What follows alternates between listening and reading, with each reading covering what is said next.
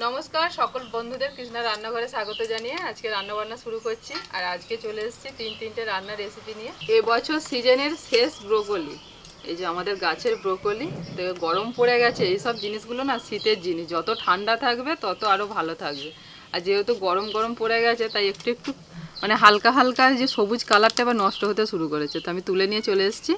এই ব্রোকলি দিয়ে আর ডিম দিয়ে দারুণ একটা মজাদার রান্না করব। আর সাথে থাকছে মটরশুঁটির বড়া, আর থাকছে চালদা দিয়ে টকের ডাল।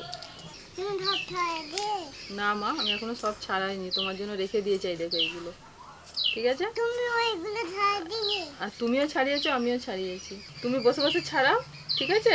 আমি অন্য কাজ করি। হ্যাঁ, কোন দিকে মাঝে মাঝে স্ট্যাচু হয়ে যাচ্ছে কেন? কি গো রে রে রে? ওই দেখ, বুবলু বলছে আমার ছবি ভালো করে তোলো। দেখ দেখ দেখ তুই তোল।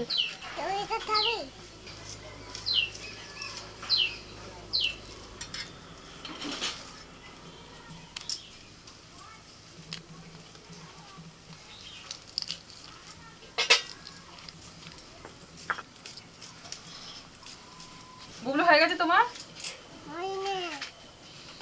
হয়নি? নাও নাও নাও, তাড়াতাড়ি নাও, আমি উনান ধরাচ্ছি, ঠিক আছে?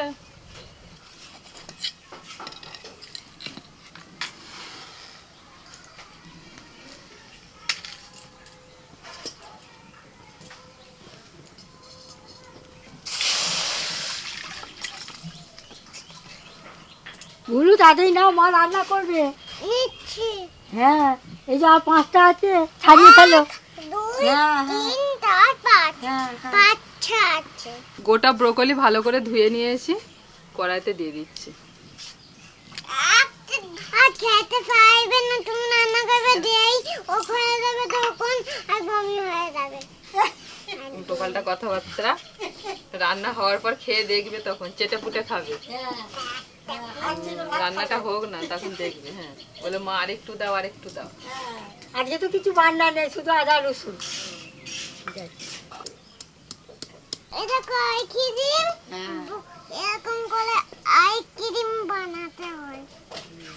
বয়সটাই শুধু ছোট, সব বানিয়ে ফেলছে বসে বসে। আর তো বাড়িতে চক দিয়ে এঁকেছে, ভালো এঁকেছে, কি সুন্দর লক্ষ্মী পায়ের মতন। আমি তুই কি করে জানলি, কি করে শিখলি? বলছে আমি জানি। ও, সব ছাড়িয়ে ফেলেছো? Thank you. দেখি ছোনা মেয়ে তো। চালটাকে কিছু করতে হবে না, অল্প করে একটু ছেঁচো করে নিলেই হবে।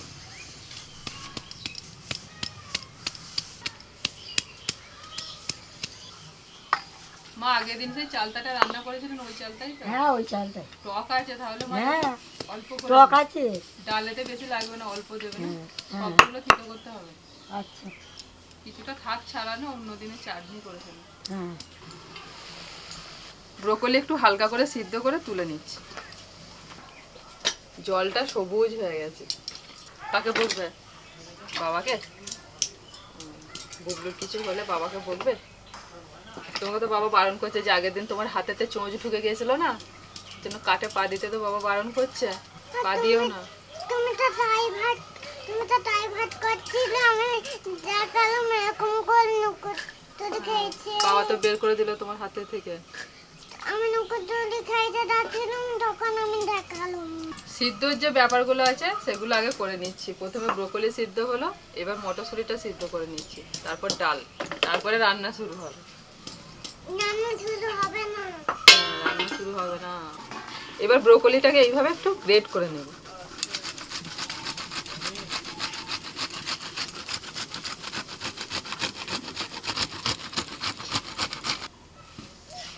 কলাইগুলো সিদ্ধ হয়ে গেছে। 2-3 বার জল পাল্টে ডালটা ভালো করে ধুয়ে নিয়েছি। এবার ডালটাও সিদ্ধ করে নেব।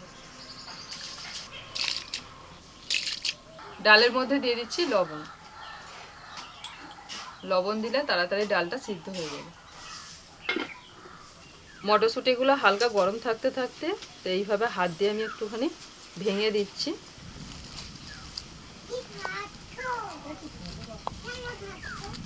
বুবু বাড়ি যাও, চান করবে। তোমাকে বাড়ি দিয়ে আসি তুমি আবার যাও আসবে। মা, চান করবে, চান বেলা হয়ে গেছে, যাও চান টান করে মায়ের কাছে আবার আসবে। তুমি আমার সাথে থাকবে। ডাল সিদ্ধ হয়ে গেছে, আর ডালটাকে খুব বেশি সিদ্ধ করার দরকার নেই, যে এরকম একটু ফাটা ফাটা হবে ডালটা। এই সময় দিয়ে দিচ্ছি থেঁতো করা চালটা, আর একটু জল দিয়ে দিচ্ছি, হলুদ গুঁড়ো,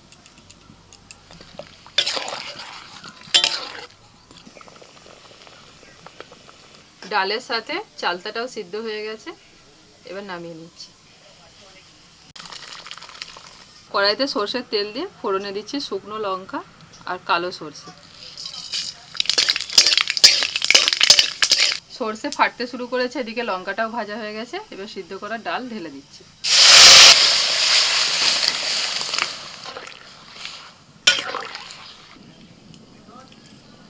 ডালটা সিদ্ধ করার সময় যে লবণ দিয়েছিলাম ওতেই হয়ে গেছে, আর আমাকে আলাদা করে লবণ দিতে হলো না।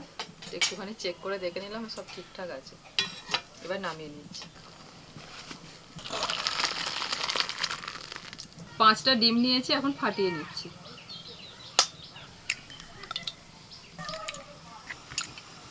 গোলমরিচের গুঁড়ো, লবণ,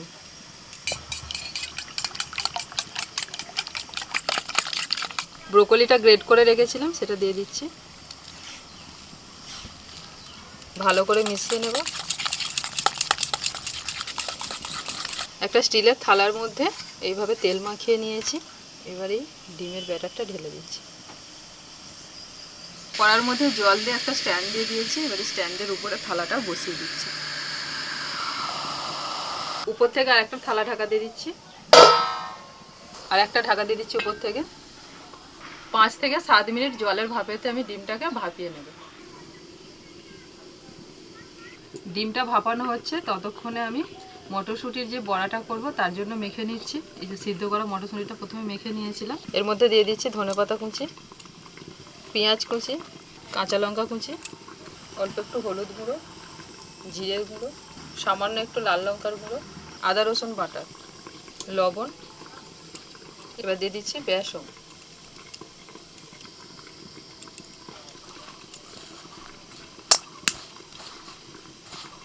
এবার অল্প করে একটু জল দিয়ে মেখে নেব।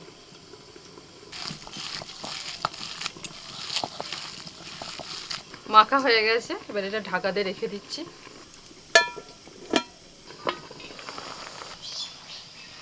দেখুন ফুলে উঠেছে, আর এই পোরটা যখন এরকম একটু শক্ত মতো হয়ে যাবে তখন এটা নামিয়ে নিতে হবে।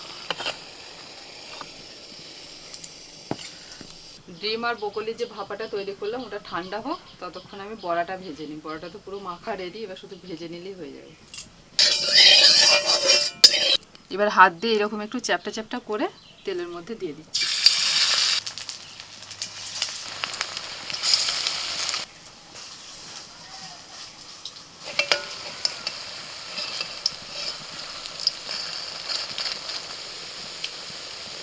এপিট ওপিট উল্টে বড়াগুলোকে ভালো করে ভেজে তুলে নিচ্ছি। এই ছুরির সাহায্যে 4 সাইডটা এইভাবে আস্তে আস্তে ছাড়িয়ে নিতে হবে। মা বড়াগুলো উল্টা বুবলু চান করেছে? হ্যাঁ, চান হয়ে গেছে। যেতে যেতে আপনাকে বলছে ঠাকুমা তুমি আমার কাছে থাকবে। হ্যাঁ, আপনি চলে আসছেন চেঁচায়নি? না না চাইনি, আমি দেখা দিইনি তো, কে চলে এসেছি। এবার পিস পিস করে কেটে নেব। মা কড়াইতে তেল দিয়ে দেবে না?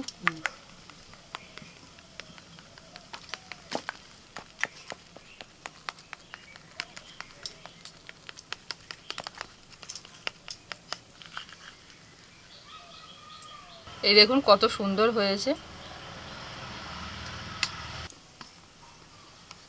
কি না কি দিয়ে করলে গো, পনিরের মতো লাগছে তো। ডিম আর ব্রোকলি দিয়ে।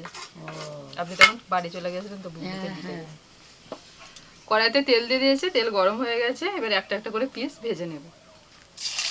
কি সুন্দর হয়েছে পিসগুলো।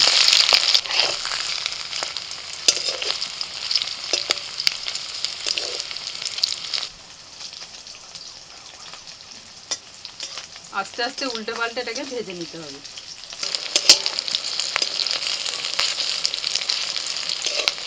উল্টে পাল্টে ভেজে নিয়েছি, এরকম হালকা ভাজার কালার এলে একটু তুলে নিতে হবে। দিনের দিনও ভাজা খাওয়া যাবে, হুম, তাহলে আমার জন্য একটা ভাজা রাখবে। ঠিক আছে। সব ডিমের পিসগুলো ভেজে নিয়ে এবার আমি আলুটাকেও ভেজে নিচ্ছি, একটু লবণ হলুদ দিয়ে তুলে নিচ্ছি। আমার আলু মনে হয় সেদ্ধ হয়ে গেছে, এটা ভেজেছো? চন্দ্রমুখী আলু তো ভাজতে ভাজতে সিদ্ধ হয়ে গেছে। কড়াইতে সরষের তেল দিয়ে এবার আমি দিয়ে দিচ্ছি পেঁয়াজ কুচি।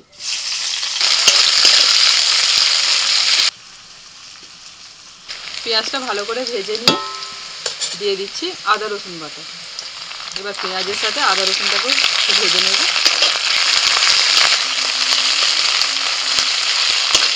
আদা রসুনটা ভেজে নিয়ে এবার দিয়ে দিচ্ছি টমেটো। টমেটোটাকে আমি গ্রেট করে নিয়েছিলাম, একবারে সেই বাটার মতো হয়ে গেছে না। টমেটোটা দিয়ে 2-4 মিনিট নাড়াচাড়া করে নিয়েছি। টমেটোর একটা কাঁচা গন্ধ থাকে, সেটা চলে যাওয়ার পর দিয়ে দিচ্ছি লবণ, হলুদ গুঁড়ো, জিরের গুঁড়ো, ধনে গুঁড়ো, লাল লঙ্কার গুঁড়ো। এবার অল্প একটু জল দিচ্ছি।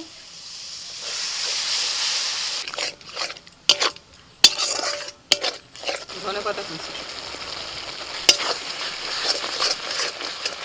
মশলা ভালো করে কষিয়ে নিয়ে দিয়ে দিচ্ছি ভাজা আলু।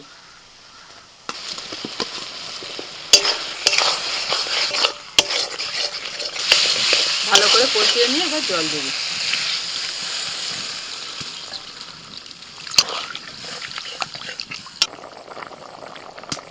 ফুটতে শুরু করেছে, আলু তো ভাজতে ভাজতেই অর্ধেক সিদ্ধ হয়ে গিয়েছিল, তো এইগুলো আমি দিয়ে দিচ্ছি।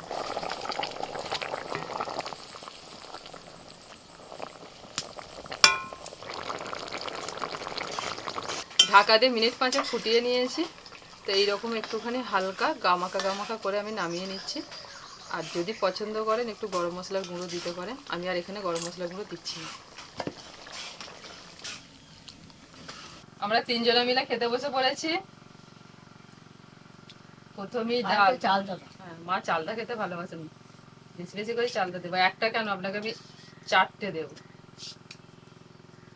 ঠিক আছে? এখন আর একটা বাবু জায়গা কর, ডাল দেবো। চালটা নেবে। বড়া শেষে এসে 1 পিস করে পাতে পৌঁছেছে, কারণ বড়াটা যখন গরম গরম নামিয়েছি, ভাজা হয়েছে, ঠাকুমা আর নাতনি দুজনে মিলে খেয়েছে। আজকে দুটো বড়াই ভালো লেগেছে জানো, আর গরম গরম খুব খেয়েছি। ও মা, দুটো বড়া নয় গো, একটা বড়া আর একটা হচ্ছে ডিম বকলির ভাপা। আপনি বললেন ভাজা রাখতে, আপনার জন্য যেন ভাজা রাখলাম। ভাজা না গো ধোকা। ভাজা করেছি বলে মা ওটাকেও বড়া বলে দিচ্ছে। আমার দেবে তো তরকারি। আই দেখ না, এদিকে তো ঠাম্মা ধোকা বড়া সব গন্ডগোল করে দিচ্ছে, আর তোকে তরকারি দিতে ভুলে গেছি। এটাতে আলু না দিলেও চলবে, শুধুও রান্না করতে পারেন, তবে আমার মেয়ের জন্য একটু তরকারিতে আলু দিতেই হবে, নাহলে ওকে আলু ভাতে মেখে দিতে হবে। একটু আলু বেশি খায় আমার মেয়ে। টকের ডাল আমাদের বাড়িতে সবাই ভীষণ পছন্দ করে। যেদিন টকের ডাল হবে সেদিন হাঁড়িতে ভাত টান পড়ে যাবে। ঠিকই বলেছো। পিসিমা তো আবার বলবে টকের ডাল যদি বেশি হয়ে যায় বলে রেখে দেবে, কালকে খাবো আমি। তোমার পিসি তো আমার রাত্রেও খায়। হ্যাঁ, আমার মেয়েও তাই। মেয়ে আর পিসিমা রাত্রিরেও খাবে, আবার বলে কালকে খাবো। আর চালটা দিয়ে টকের ডালটা তো অনেকদিন পর হলো। মা তরকারি নিন, দাও। আলু দেবো তরকারি। আরে করলাটা খাই, বাড়িতে একটুখানি করলা ভাজা হয়েছিল, টকের ডালের সাথে আমার আবার তেঁতো খেতে খুব ভালো লাগে।